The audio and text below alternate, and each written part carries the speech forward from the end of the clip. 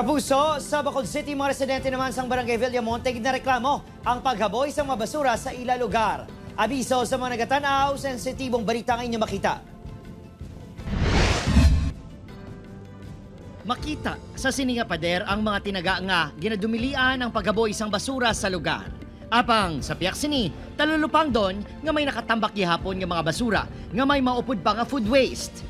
Magluwas nga mahigko, mabaho ang ini nga mabasura sunod sa pila ka mga residente. Naghihimo nila ng ligad. Nagdamo na mga basura nga ko. Baho. Dapat kung magdamo na gayong basura, dapat kwaod gid. Di na ito ipitinir. Kaya kung titinir, mabaho gina.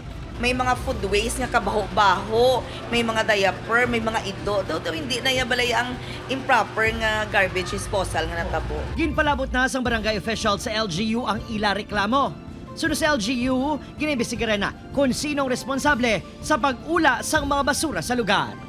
We have to establish sang identity sang mga establishments nga nagahimo sini, because once we established and verified and we have evidence, we can issue gidya disciplinary actions. Ang mga tawo man mismo sa Bacolod nga mangisog man sa pag-report sa aton talatapan nga may ara sang ebidensya. Actually, miyara na kami na baton nga feedback kung sinong ga ula, pero i-verified na inamon kay ti inang mas mayo nga bala nga sir nga mayara kami ebidensya, mostly mga catering.